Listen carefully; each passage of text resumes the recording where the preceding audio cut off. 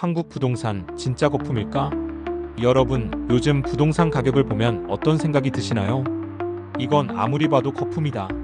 그런데 진짜 그럴까요? 오늘은 부동산 거품이 무엇인지, 그리고 지금 한국 부동산에 거품이 있는 건지 쉽게 풀어드릴게요. 먼저 자산의 진짜 가치, 즉 근본 가치라는 개념이 있습니다. 이건 그 자산이 앞으로 얼마나 쓸모가 있을지를 모두 계산해서 지금 돈으로 바꿔본 값이에요.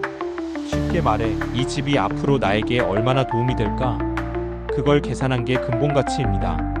그런데 이 근본 가치보다 실제 가격이 훨씬 더 높게 형성되어 있다면 그 차이가 바로 거품입니다. 예를 들어 금리도 안 바뀌고 집이 더 좋아진 것도 아닌데 사람들이 앞으로 더 오를 거야 라는 기대감만으로 가격이 오르면 그건 거품일 수 있다는 거죠.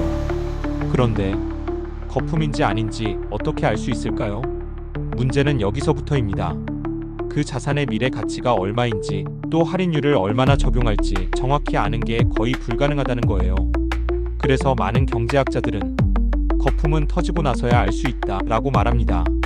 심지어 어떤 전문가들은 가격이 크게 떨어졌다고 해도 그게 꼭 거품이 터진 건 아니다, 근본 가치가 줄어든 걸 수도 있다 라고 말하기도 해요. 부동산 거품 논의에서 자주 나오는 지표가 하나 있어요. 바로 매매가 대비 전세가 비율입니다. 이 비율이 너무 높으면 이건 거품이다 라고 말하는 사람들이 많죠.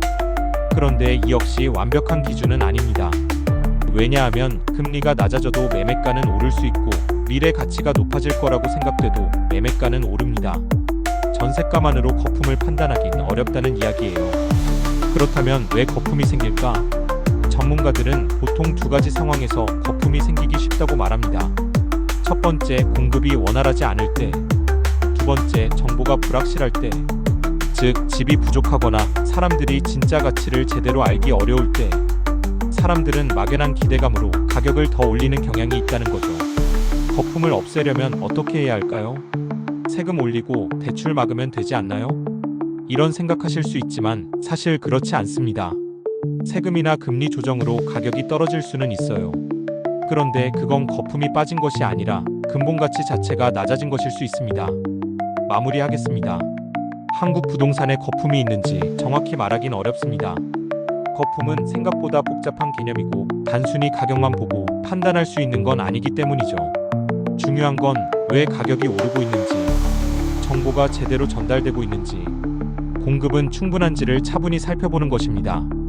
부동산 가격을 숫자가 아니라 명확한 이유로 이해할 수 있을 때 우리는 좀 더 현명한 선택을 할 수 있지 않을까요? BTC 모아였습니다.